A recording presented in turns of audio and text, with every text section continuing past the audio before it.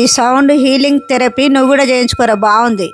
ఇవన్నీ ముందు నేను నమ్మేటోడిని కాదు, కానీ నిజంగా ఎక్స్పీరియన్స్ అయినాక తెలిసింది దీంట్లో ఏదో మ్యాజిక్ ఉంది. నిజం చెప్పాలంటే ఎన్నో ఏళ్ళ నుంచి మన శరీరంలో ఒక తెలియని బరువు ఉంటుంది. చాలామందికి ఆ విషయం కూడా తెలియదు.